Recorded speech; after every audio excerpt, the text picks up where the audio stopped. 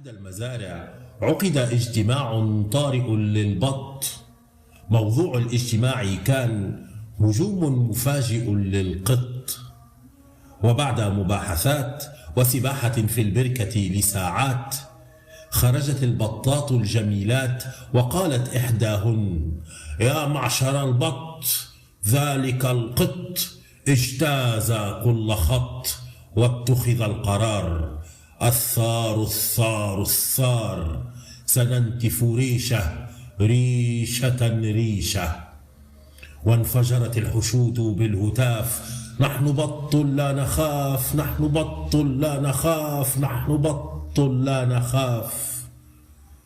ووسط الحشود كان أحد البط من الرعية، كان خبيرا استراتيجيا في الحياة البرية. سأل من بجواره: لما نهتف؟ هل للقط ريش لينتف؟ ضحك عليه جاره وهو يقول: يا عبيط، البط مجتمع فقط ليعلو الزبيط. سلام للمرابطين والأحرار. تحياتي.